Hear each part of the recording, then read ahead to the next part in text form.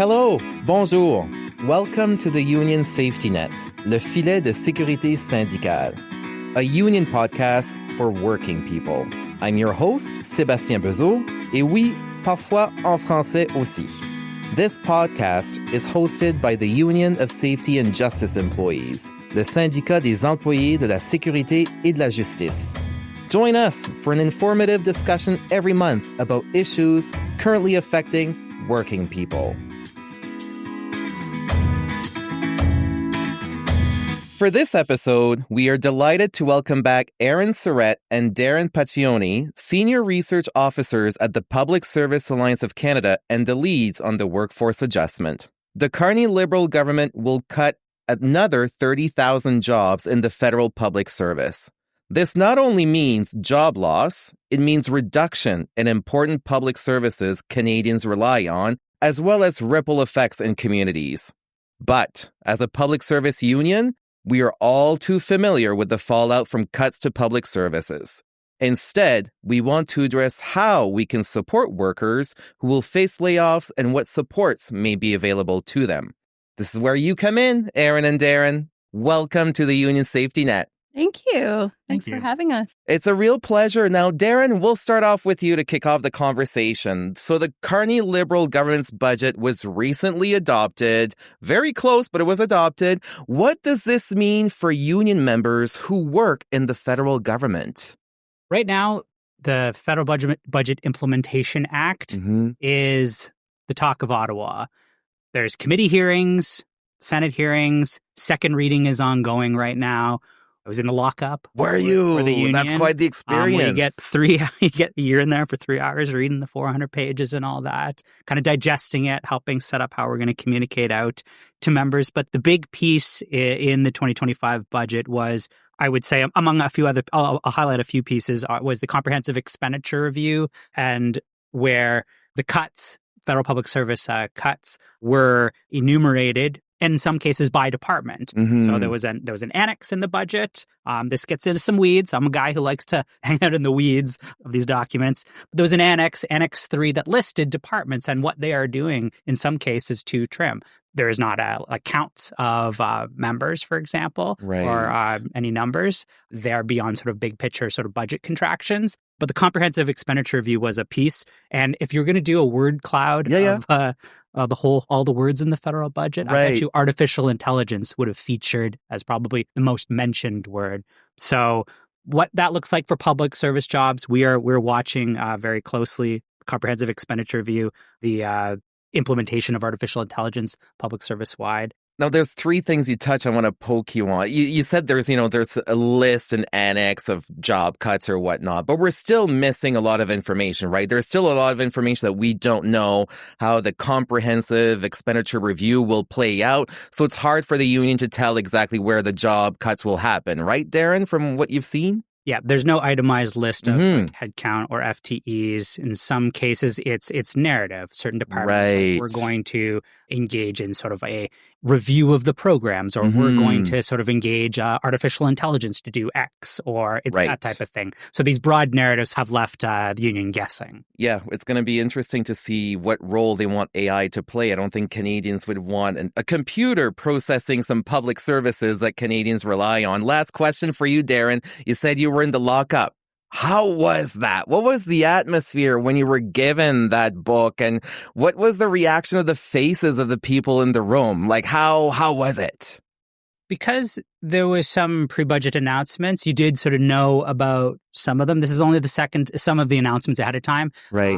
This is only the second time I have done it. You go early, you find your union crew, you get a good table, a cup of coffee, and you read the 400 pages in 3 hours and take some notes. Wow. But the different unions are leaning on one another in that. And yeah, I mean, the inter-union support was a nice thing, like when you're in the room. And then it's the busyness of once you get out, it's briefing and you're making sure everybody knows what you've got the head start on. Well, thank you for sharing that, because I'm sure a lot of listeners don't know how that plays out in that room. Now, Aaron, what about this early retirement incentive that the government is proposing? Buyer beware? What do we know about this? Yeah, well, unfortunately, we don't know as much as we would like to or we should at this point. What we know is that the government has proposed an early retirement incentive as a part of the budget, and it would allow federal public service workers to retire early without any reduction to their pension payments. Now, this is a new type of pension waiver. There is a pension waiver already existing that is used in the context of workforce adjustment. However, this is a separate program for early retirement. And how pension waivers work is that normally if you retire before you meet your years of service and age eligibility, you receive a reduction in your pension of 5% per year. So 5% per year for each year of early retirement. So if you retire 5 years early, your pension's reduced by 25%, which is quite significant. So under the early retirement incentive, also known as the ERI, this reduction is waived for eligible employees, and they're looking at reducing the age from the current pension waiver, which was already offering early retirement at age 55 for those who joined the pension plan before December 31st, 2012. That's going down to age 50. And for those that joined the pension plan after January 1st, 2013, Group 2, they'd be eligible at age 55.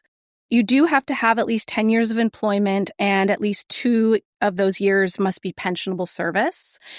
And beyond that, we don't know. We don't know whether this will be offered to all departments, although we anticipate that some of the departments, perhaps like the Department of National Defense, which is seeing a significant increase in its budget and staffing, we anticipate, this is just a guessing game at this point, we anticipate, though, that those members would not have access to the early retirement incentive because the department is looking to staff up. And we did see in the 90s during the program review under Jean Chrétien that they introduced an early retirement incentive. And at that time, they labeled departments either most affected or least affected. And whether or not you could access the ERI at that time was dependent on whether or not you were in a most affected or least affected department. So this government has praised Chrétien's cuts in the 90s. So, I wouldn't be surprised if that's what they do this time as well. Whether or not it's a good thing for workers is a bit of a tricky question because the government has claimed that this ERI has nothing to do with workforce adjustment. It is completely separate from workforce adjustment or WFA. And that is alarming for the union because we've spent years and years of negotiating in our collective agreement the processes and benefits and entitlements for our members in the context of job losses. And so to do a program that's completely separate from that is very concerning to us. Never mind the fact that we are currently in collective bargaining with Treasury Board as well as with CRA. And during periods of collective bargaining, any changes made to the working conditions of our members need to be negotiated. So we are very, very concerned about that. We welcome, of course, voluntary programs. We want to reduce involuntary job loss at all costs. And indeed, the collective agreement does require the employer to do that. But to do it without talking to the union is very problematic. And we're concerned because with the ERI, as it stands right now, our members are not receiving a transition support measure. So that is a lump sum based on your years of service, which is designed to mitigate the harm of job loss. So there is no lump sum associated with this. This is very simply just early retirement with your full pension. And frankly, we're not sure, as our president, PSCC's president, Sharon D'Souza said, we're not sure how many folks are really even going to be able to afford that. Okay, so it's still a lot of unknown when it comes to that side program they're trying to implement. So Aaron mentioned the WFA a little bit. So it's essentially a tool that was bargained by union members, and it's essentially to provide additional supports to workers who may face layoffs, like Aaron said. So is that a good way of summarizing the WFA? Yeah, so I can definitely dive in a little bit more detail. Like negotiated became part of the collective agreement in 1998, and then incremental improvements and some significant improvements along the way. But as building on what Aaron was saying, the objective of the Workforce Adjustment Appendix is to maximize indeterminate employment, and it actually goes beyond providing workers with supports for if they're laid off. So the objective is to maximize indeterminate employment opportunities for indeterminate employees. We are trying to keep workers employed, and that is where the concept of a guarantee of a reasonable job offer is a part of it, or a GRJO. We've got a great flow chart on the PSSC website that sort of like defines the terms. I'm always driving folks to the resources. It puts the terms in context of when they are relevant as well. So this one here it means the employer is required to offer a guarantee of a reasonable job offer to employees if the employer can predict that there will be employment in the public service. And the obligation is on the employer to find them jobs across the public service, in that case, if they can. Another example is maximizing job security. So this is where retraining is a part of it, where members can talk about retraining. So that's been a big feature, and we're trying to get folks to advocate for retraining whenever they can. If you are job swapping or alternating with somebody, it will never be a perfect mirror match with somebody. There's always going to be a retraining piece. So these are the different features that seek to maximize indeterminate employment and minimize involuntary layoff. A few other pieces include that people will get support along the way, that there's job counseling, there is counseling, certain monies for counseling, certain monies if you choose pathways to seek other employment, like education allowance and that, as well as the transition support measures that support people as they transition to something beyond work in the public service. Okay, so there's a lot of different support measures available in there. It's like the snake and ladders game, right? If you pick 20 this, pages. Right, there you go. So, Erin, en français, l'appendice, ça a comme objectif à la fin de protéger les travailleurs et travailleuses. Puis ça a été un appendice qui a été négocié par les travailleurs syndiqués, c'est ça? Oui, exactement.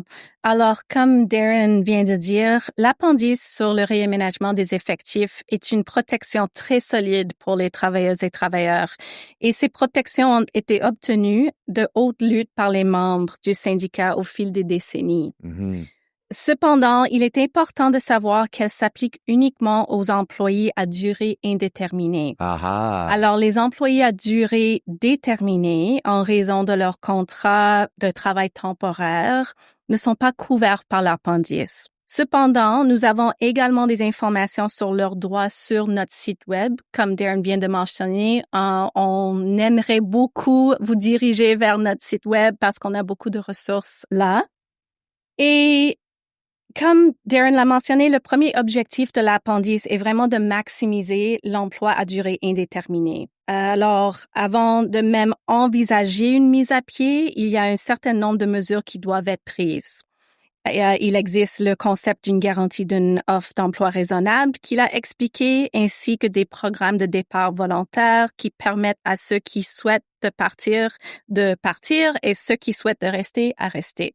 C'est important que l'employeur a des obligations en matière de recyclage professionnel. Donc, l'obligation de la part de l'employeur, c'est de vous offrir un autre emploi s'il croit ou estime que vous aurez la capacité de faire cet emploi après 2 ans de recyclage. Okay. Alors, c'est très important. C'est une bonne période de temps pour devenir compétent dans un nouvel emploi. Nous avons aussi dans l'appendice plusieurs options. Alors, si aucune de ces mesures vous a permis d'éviter la perte de votre emploi, vous pouvez chercher un autre emploi pendant une période où vous avez une priorité, un statut prioritaire.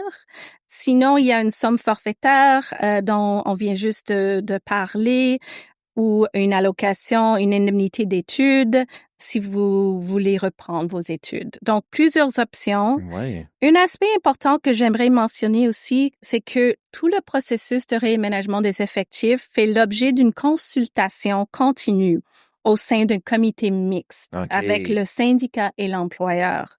Et c'est un moyen très important pour nous de nous assurer que l'employeur respecte l'appendice et de pousser à corriger toute erreur commise pendant le processus. On conseille l'employeur sur la manière de procéder aux suppressions d'emploi de la manière la moins préjudiciable possible. Parfait. Well, basically, the WFA is for members who have an indeterminate position. But if you don't have an indeterminate position, you still have rights. Go on the PSAC website. It's very laid out there. It's a time to ensure that you know your rights in the workplace. Darren, as a union member, how do I figure out what to do if my job is at risk? Am I going to get a letter from my employer, from my direct supervisor saying you're affected? How does it play out? The WFA letter is often the first formal touch point from the employer in a workforce adjustment situation. Mm-hmm. But I want to talk about the relationships that a person who receives that letter will sort of have to hold space for. And that includes the relationship with yourself, your employer, and your union, organized like that. So first, yourself. Prioritizing one's mental well-being, whatever that means for you, will be number one here. This can be a very stressful situation, especially if you don't know what's going to happen next. That uncertainty can create that stress. Relying on accurate and verified information rather than hearsay will be key here. Taking stock and reflecting on how you feel, what you know, and what you must stay on top of will be key. So that means like staying aware of deadlines, verifying information with your supervisor, ensuring you get the clarity that you need in order to understand the decisions you're going to make. And within that timelines, take the time you need. Talk to your support groups around you, talk to your employer, talk to your union. These are all going to help you sort of manage and work through this period. And stay informed. Try to stay as informed as possible at all the different options as things go, because they change. Sometimes the employers will sort of change tact in the middle of a process and want you to learn something new. Right. So that'll all cause stress. So know that that'll be a part of it. With respect to your employer, maintain open and consistent communication with supervisors and managers. If your desire is to stay in the public service, to stay with it, working in the federal government, play an active role in seeking alternate employment within the public service. Consider all job offers seriously. Ask your manager about training. Remember what we said before about training. Retraining is going to be a part of it. Sometimes managers will sort of won't be straight on that piece, and you got to press for it. They say, "Oh, well, there's no money for that," but you got to press for that. And if you think retraining could be helpful, contact your union to help press further. So keep that conversation and keep your CV updated and tailoring it for specific roles you're applying for. So that's the bit about like what the sort of thinking about how you'll experience it, your relationship with your employer, and I'll end on your relationship with your union. So stay connected. The union will maintain that open and supportive communication, whether it be resources or seeking direction. They're often your first point of contact, whether that's a shop steward, your local president, maybe a regional person, or going through one's component. Seek the support of the union when you have questions. That's key, because sometimes it will be confusing and people will have to refer questions. Aaron and I are even answering questions on technical stuff, and moving those answers back out to as broadly as possible. And then there's also check in with PSAC, sign up for the For You Canada campaign, and stay on the mailing list to engage in the collective fight back against the cuts. Again, sign up for the For You Canada page on the PSAC website, for example, and check in with your components. I know USJEs has campaigns of its own. And then finally, the resources we keep plugging. They break down. When I said it's 20 pages, the resources are meant to break down those 20 pages into component parts, whether they be flow charts, guides, FAQs, the alternation platform, all those bits and pieces into sort of into accessible, readable tools for everybody. Okay, well, Darren, I'm your manager. You're a public service employee. I'm giving you your WFA letter right now. What do you do? So what would you recommend your members do if they receive a WFA letter right now? What do you do? Call your union? What do you recommend? I would say seek out the support system around you, check in with the union resources. We know in some situations when that's happened, some components have organized to have employee assistant program on site. People will receive that moment very differently, and it can be a very stressful moment. So in some cases, there's mental health resource practitioners available in that moment, because that is how that moment is delivered is critical, and in some ways tone setting. If it's delivered well and with resources, that can alleviate some stress. But we've heard stories of it happening in all different ways. Yeah, and I'll put a plug in for our members in the public and safety and justice realm, where they have access to free mental health resources through PSPNet. The Canadian Institute for Public Safety and Research and Treatment, CIPSRT, offer a free resource called PSPNet on their website. So that's another free mental health support available for our members. Now, I know Aaron, PSAC, is kind of taking the lead, and they're also creating their own alternation platform. So can any union member go on PSAC alternation platform? How does that work?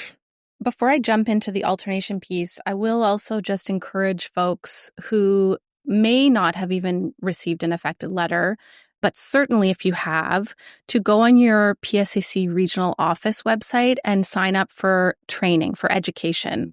There are courses being offered through the PSAC regional offices, and they are comprehensive in terms of equipping you with the information that you need in order to make informed decisions. Oh, good. That, of course, on top of the online resources, but it's helpful to be in a more dynamic setting where the information is presented to you with the PSAC regional rep to answer your questions on the spot. So very helpful to take part in that. That's a great resource. Thank you for adding that. Yeah. And they've worked real hard on it, and there's lots of information, and it's coast to coast to coast. So. Yeah, no, it's amazing. So PSAC's alternation platform? Yeah. So alternation, for those who don't know, is one of the ways that we have negotiated for voluntary departures in the workforce adjustment process. And what it does is it allows an affected employee who is being made surplus, so who is going to lose their job, to alternate with a non-affected employee who wants to leave the federal public service. There are conditions around who can alternate. So both employees have to be indeterminate. You can only alternate within the core public service or within your agency. But for those who are within the core federal public service, you can alternate between departments. And in fact, every department must participate in alternation, regardless of whether or not there is currently workforce adjustment taking place in that department. Okay. And I want to emphasize that because there have been many departments who have told our members, we are not in workforce adjustment in this department, therefore we are not participating in alternation. Wow. We will generously assume that those managers are ill-informed, and we have taken it, of course, upon ourselves, and so have our members, to inform them of what it says in the collective agreement to which they are a party. But it is really important to know that you don't have to be in a department that is affected, that has WFA. It applies across the core public service. As soon as there is one WFA notice issued in one department, all departments are implicated. And you can alternate with someone who's at the same group and level as you, or if the positions are considered equivalent, which is defined as there isn't more than a 6% pay differential in the highest step of your pay grid. I also just want to explain that, what is the incentive? Why would someone want to alternate? Right. Well, for the person who wants to leave, who is not affected, they get access to the options that are listed in the WFA appendix. Okay. And we've already we've mentioned those options, but I'll mention them again. The first one is the TSM, the Transition Support Measure. So that is the lump sum based on your years of service. It can be a considerable amount of money depending on your years of service. Right. And it is, again, meant to mitigate the harm of job loss. So that's one option available to you. And in that case, if you're close to retirement, you can also access the pension waiver if you meet the criteria there. The other option is that you can receive both the transition support measure and also an education allowance. And that's up to $17,000 to pursue studies of your choice. Oh, wow. So these are important incentives. Yes. And the reason that they're there, again, is to maximize voluntary departures. That's really what we want to do as much as possible. Now, the federal government was very slow to implement a system of alternation that would facilitate this process between members. Right. Which is very unfortunate because they're the ones deciding that jobs are going to be cut. They should be prepared to facilitate alternation, which is a right that our members have in the collective agreement. So when the Department of Immigration, Refugee and Citizenship Canada issued the largest scale workforce adjustment that we've seen so far, earlier this year, I believe it was in February. Yes. There wasn't a platform available for them to use. So the department created its own alternation platform, and then they invited members from other departments to join it. But what an odd system, right? Because then shortly thereafter, other departments were issuing WFA notices. And so it was confusing. Like, how are we meant to find each other? Do we all go to IRCC's platform? Or is every department going to create their own? Do I have to sign up for like 20 platforms? Right. So we really pressed the employer on this. They're finally, although they haven't released it yet, redoing their GC Exchange platform, which they've said will be used for this purpose. Okay. But we were like, our members can't wait. This is happening now. Right. You know, WFA notices are being issued. People need to make these decisions and avail themselves of this important part of the WFA process. So PSAC created an alternation platform. You can find it again on our website.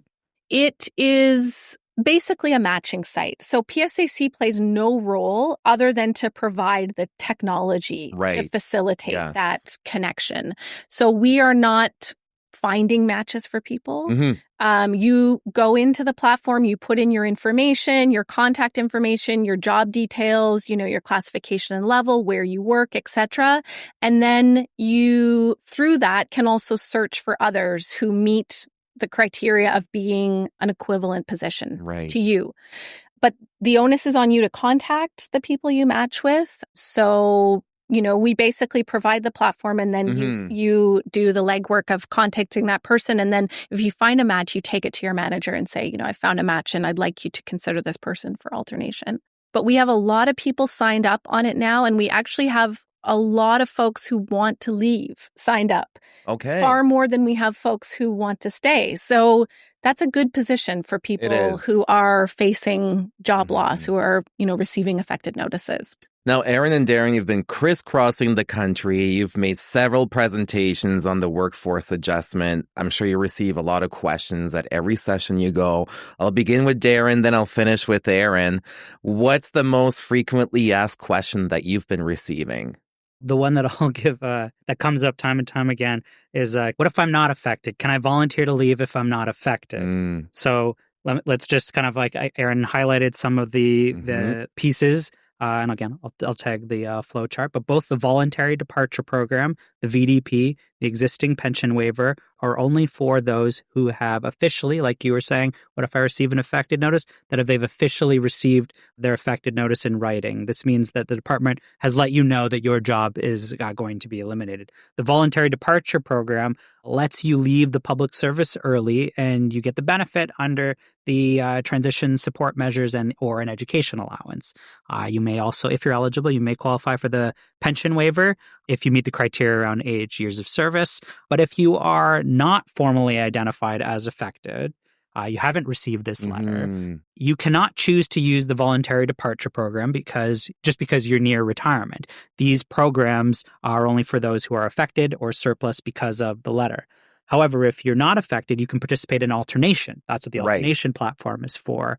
This means that you can alternate or swap jobs with affected folks who want to stay in the public service. You can be an alternate. If you volunteer to leave through alternation, you receive transitional support measure or an education allowance. And if you take the transitional support measure through alternation, you may also be eligible for the pension waivers if you meet the criteria.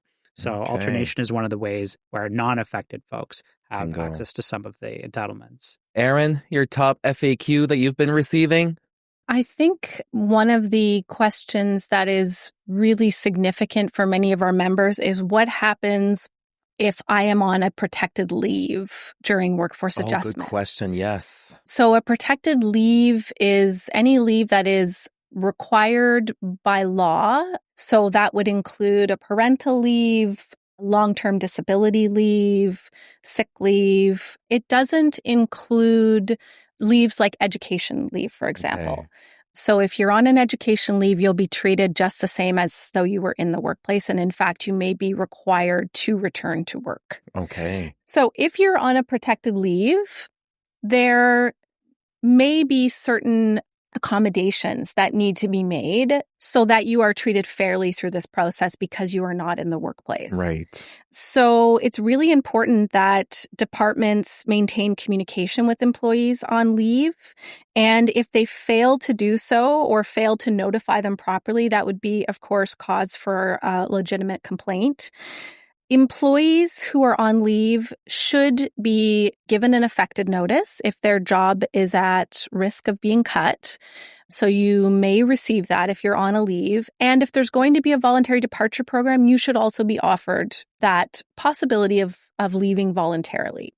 After that, what normally takes place is if there haven't been enough folks volunteering to leave, is there's going to be a selection and retention process to determine who stays and who is given the options and then laid off. So our position as a union is that employees on leave should be offered but not obligated to participate in a selection and retention process, and that all other decisions related to their employment should wait until they return to work. So they should not be made opting. They should not be required to choose among the options while they're on a leave, as they're certainly not able to fully avail themselves of those rights while they're, perhaps at home taking care of a newborn or if they're not well. So that is what we advocate for. We know that it is not necessarily consistently applied throughout departments. So if you're facing any concerns with respect to that, we urge you to contact your component representative. So your USJE representative, if you're a USJE member, who can assist you in this process. Great. Well, Erin and Darren, thank you so much. This is important information. There's a lot of great resources on the PSAC website. I've had a chance to dig through it. It's very well put together. So again, Erin and Darren from the PSAC, senior research officers and the leads on the workforce adjustment, thank you for being here on the Union Safety Net, and we wish you all the best. Merci. Thank you for joining me for this episode of the Union Safety Net, Le Filet de Sécurité Syndicale, a union podcast created by USJE for working people. If you have any feedback on today's episode or would like to suggest a topic you want us to cover, please reach out on social media platforms. We love to hear from our listeners. I'm your host, Sébastien Bezeau, and I hope you'll join us next month for another episode of the Union Safety Net, Le Filet de Sécurité Syndicale.